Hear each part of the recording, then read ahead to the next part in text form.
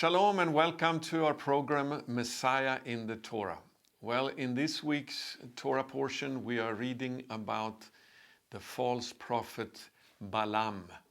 And this is a very important teaching for us living in the end times, because there is a warning both from our Master Yeshua as well as from all the apostles that this is going to be a very common problem in the end times. So before we look at the text now from the book of Numbers in chapter 22, I want us to first go to Matthew chapter 24 and see what Yeshua, our Master, said about this with false prophets.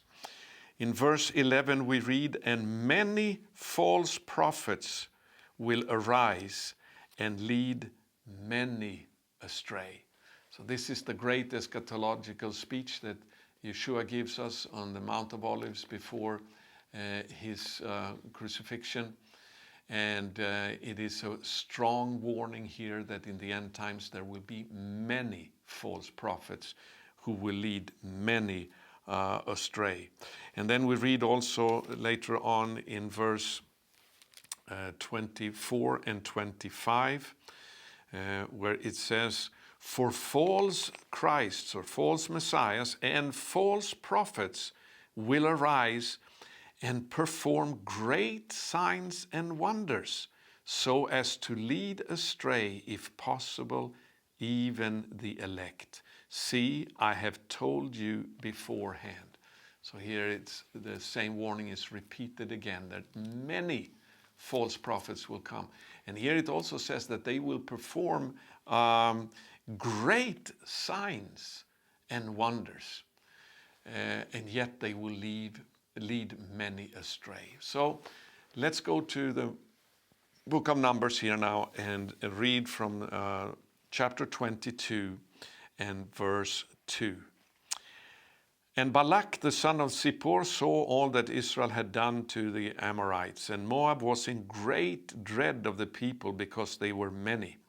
Moab was overcome with fear of the people of Israel. And Moab said to the elders of Midian, 'This horde will now lick up all that is around us, as the ox licks up the grass of the field.' So Balak the son of Zippor, who was king of Moab at that time, sent messengers to Balaam the son of Beor at Petor, which is near the river in the land of the people of Amav, to call him, saying, 'Behold, a people has come out of Egypt. They cover the face of the earth, and they are dwelling opposite me. Come now, curse these people for me, since they are too mighty for me. Perhaps I shall be able to defeat them and drive them from the land. For I know that he whom you bless is blessed, and he whom you curse is cursed.' So the elders of Moab and the elders of Midian departed with the feast for divination in their hand. And they came to Balaam and gave him Balak's message. And he said to them, 'Lodge here tonight, and I will bring back word to you, as the Lord speaks to me.' So the princes of Moab stayed with Balaam." Notice here that he says that I will bring back what the Lord, Yod Hei Vav Hei, the God of Israel, will say to me. Obviously this prophet Balaam, he had a strong relationship with the God of Israel, the only true living God. And he was also known as a powerful prophet. It says that Balak knew that the one that Balaam cursed would be cursed, and the one he blessed would be blessed. So he wanted to have this power that Balaam had and use it in order to curse Israel. But we shall see here now what happens when Balaam is asking God about this. In verse 9, it says, "And God came to Balaam and said, 'Who are these men with you?'" Now, didn't God know? Of course God knew. God knows everything. Why did he then ask Balaam this? He asked him for Balaam's sake. He wanted Balaam to begin to think, who are these people? Are they good people? Are they righteous people? No, they were people that Balaam must have known. They were known for their immorality, and it would be very strange if he did not know that the people of Israel was God's chosen people, even though we don't see that here specifically in the text. So the purpose of the question was to get Balaam to realize this is nothing that you should have anything to do with. But Balaam, he answers the question, and then he said, then God tells him, it says, and Balaam said to God, Balak the son of Zippor, king of Moab, has sent to me, saying, behold, a people has come out of Egypt, and it covers the face of the earth. Now come, curse them for me. Perhaps I shall be able to fight against them and drive them out. God said to Balaam, you shall not go with them. You shall not curse the people, for they are blessed. So Balaam rose in the morning and said to the princes of Balak, go to your own land, for the Lord has refused to let me go with you. So the princes of Moab rose and went to Balak and said, Balaam refuses to come with us. So God then told him, when he did not understood right away, when Balaam did not understand that these were not righteous people that he should have anything to do with to serve them, then God said plainly to him, you shall not go with them, because you shall not curse a people that I have blessed. But the answer that Balaam gave to the princes of Moab was not very clear, because he did not say to them, no, I cannot curse the ones that God has blessed. He just said, God, and said, Yod He Vav He, is not allowing me to go with you. So that was an ambiguous answer, and it seems like the princes, and specifically Balak, misunderstood it. They thought, well, we had too little money with us, so if we come back with more money, maybe the Lord will allow his prophet to do this for us. So Balaam was tempted. That's the bottom line here. He was not careful with what was right and wrong. He was drawn away by the lust for the reward that that Moab wanted to give him. And that is very clear from the comments we have in several places about Balaam. We can go first to Jude, verse 11, where it says that about the false prophets and false teachers that Jude is warning about. Woe to them, for they walked in the way of Cain and abandoned themselves for the sake of gain to Balaam's error, and perished in Korah's rebellion. So here we see it was for the sake of gain that Balaam went into error. And the error he finally did, even though he was careful to only speak what God told him to speak. It's very important to understand there was nothing wrong with Balaam's prophecies. He was very committed to only speak what God put in his mouth to speak. And those prophecies, they fill almost 2 entire chapters in the Bible. Some of the most beautiful prophecies about the Messiah were given by this false prophet Balaam. So that is something we need to learn. It is not the prophecies that can distinguish if a prophet is true or false. There is something else, and I'm coming to that in a moment. Let's read also from the 2 Peter and the 2nd chapter. It says in verse 1, but false prophets also arose among the people, just as there will be false teachers among you. And then it says from verse 15, forsaking the right way, they have gone astray. They have followed the way of Balaam, the son of Beor, who loved gain from wrongdoing. But he was rebuked for his own transgression. A speechless donkey spoke with human voice and restrained the prophet's madness. So here we see, once again, the problem was that with Balaam was that he loved gain from what he could do through his ministry. And that is the mark, one of the marks of false prophets. Let's look also at the book of Revelation, chapter 2, where our master is here warning the church in Pergamum. In verse 14, "But I have a few things against you.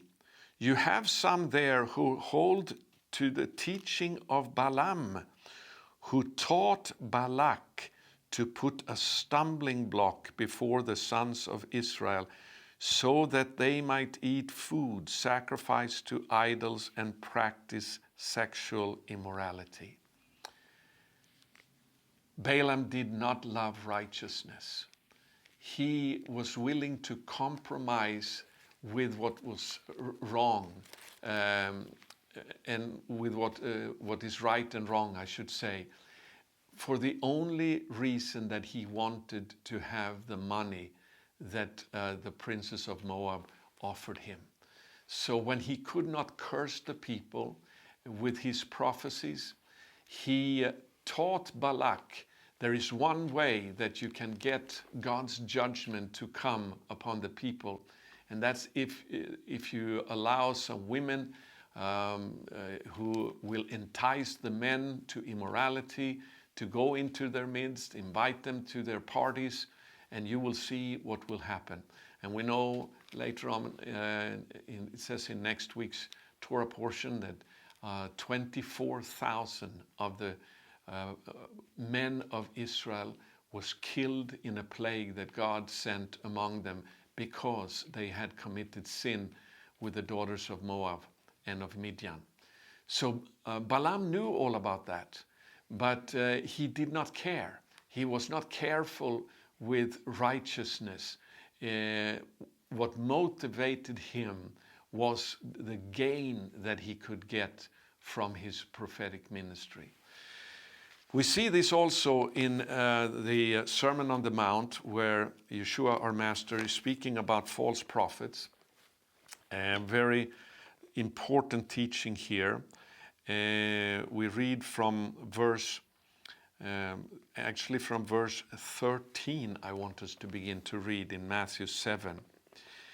"Enter by the narrow gate, for the gate is wide and the way is easy that leads to destruction, and those who enter by it are many. But the gate is narrow and the way is hard that leads to life, and those who find it are few. Beware of the false prophets, who come to you in sheep's clothing, but inwardly are ravenous wolves. You will recognize them by their fruits. Are grapes gathered from thorn bushes or figs from thistles?" So here we see the warning about false prophets is connected to the choice between the narrow way and the wide way. The narrow way that leads to life and the wide way that leads to destruction. False prophets, they will offer the easy way. And that's the implication here of the context. They will speak a message that is easy to receive, that tickles the ears, that promises blessing. But the true prophets that are sent by God, notice this, they will always be marked by preaching repentance, by showing the narrow way and the gate that is narrow, that is hard to go through, because you have to give up your own life. You have to stop sinning. And that is the message of a true prophet. And they are not always that popular. And that's the reason for the false prophet's popularity, is that they give you the easy way. And because they give you the easy way, it's easier for the people to pay also. So if you begin to preach repentance, probably the funds will dry up, at least in the beginning, even though God will always take care of his own, and he will always reward those who are faithful to him. But then Yeshua says, you shall not You shall not recognize the false prophets by their prophecies. He says, no, by their fruit. And let's look at later on in the text here what the fruit is. In verse 20, it's repeated again. Thus you will recognize them by their fruits. What fruit is it? Verse 21, not everyone who says to me, Lord, Lord, will enter the kingdom of heaven, but the one who does the will of my Father who is in heaven. On that day, many will say to me, Lord, Lord, did we not prophesy in your name and cast out demons in your name and do many mighty works in your name? Now, that's so easy for people today to say, well, look at the mighty signs and wonders. Look at the power that this man has, driving out demons, prophesying. But yet it says, God will tell, Yeshua will tell this, and then I will declare to them, I never knew you. Depart from me, you workers of lawlessness. So that is people who are not doing the will of God by obeying God's commandments. They are lawless people. And that's the fruit that we are to watch for. Is the fruit lives living in holiness, in righteousness, in purity, in humility? Is the fruit of the Spirit there that will mark a true life that is lived in, ordered by the Spirit of God? There will be love, but not just this carnal love or sloppy agape, as some people like to call it, where you just said everything is love, nothing is a problem. No, true love is to sometimes speak the truth even when it is difficult to hear, because truth is what leads to freedom. And the people who are truly motivated by love will also speak the words that will give people freedom from sin and repentance from doing what is wrong. So prophecies are never an indication of a true prophet.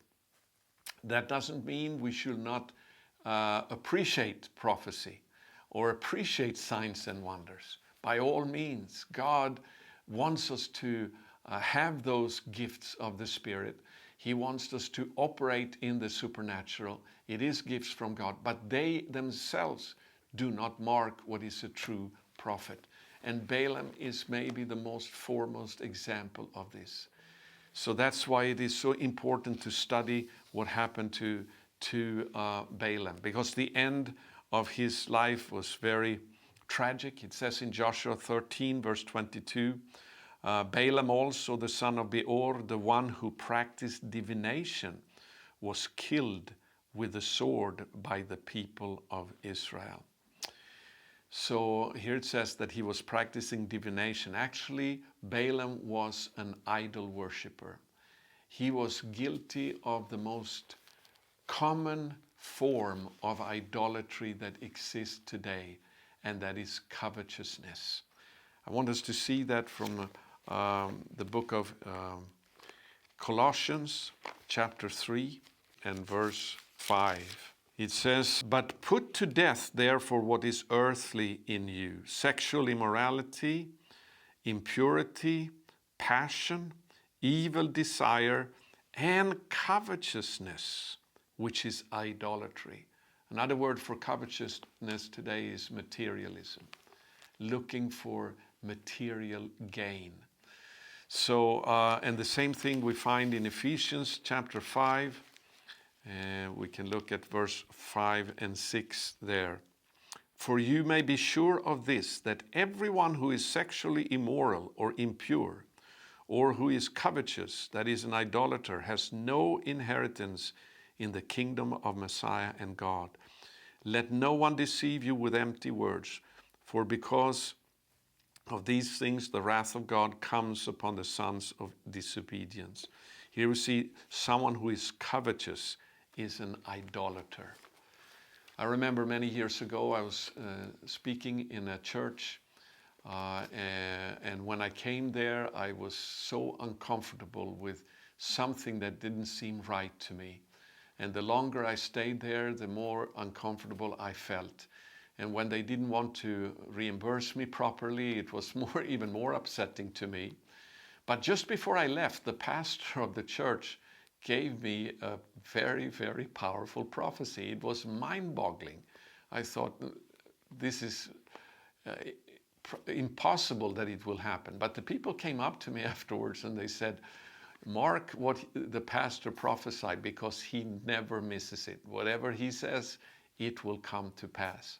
And sure enough, just within a couple of days, when I came to the next place, the prophecy the pastor had given me came to pass exactly in detail.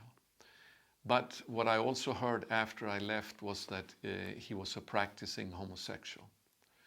He was living in sin, yet his gifting was perfect. He was known even on television for his awesome prophecies. So prophecies, the gifting is not what marks a true prophet. It is if he is preaching righteousness and if he is living in holiness and purity. So we see examples of true prophets of God. I'm thinking about Elisha, for example, when Naaman was sent to Samaria in order to be healed from his leprosy. He came to the king, and the king was terrified because he thought it was a trap. When Elisha heard about it, he said, "Send a man to me and I will heal him." So he eventually, Naaman was healed, and so he had a lot of gifts with him. 10 talents of silver, it says, 6,000 shekels of gold, and 10 changes of clothes. It must have been very expensive clothes too. But Elisha would not take a penny, because he didn't want anybody to think that he had been prophesying and healing this man for the sake of money, because he had asked for him to come. Elisha had asked for Naaman to come to him. However, we see in the next instance where the king of Aram is sending his servant Hazael with 40 camels loaded with gifts to Elisha in order to ask him if, I think it was his son or he himself, would be healed. Elisha gave him the answer, and there is nothing in the text that says that Elisha did not receive all of those gifts. If it is pure, it is okay to receive donations, and even if there are large donations. The money is not the problem, it is the love of money that is the problem.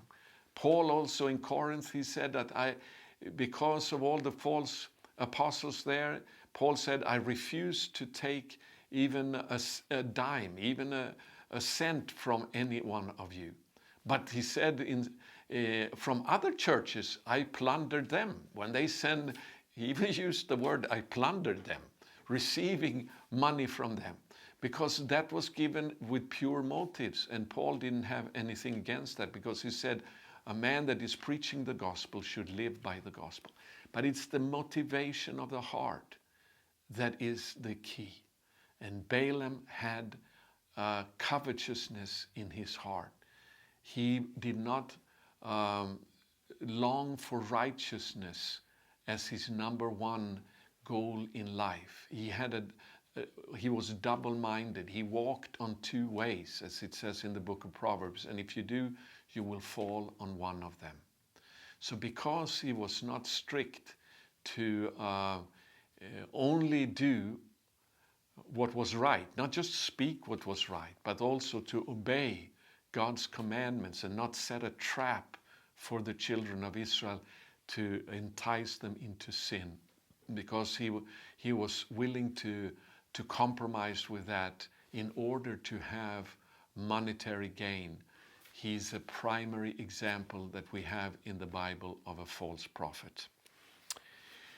So the prophecies of Balaam, I don't have time now to look at them very much, more than to say that, as I said before, one of the most powerful prophecies about the Messiah was given by this false prophet Balaam.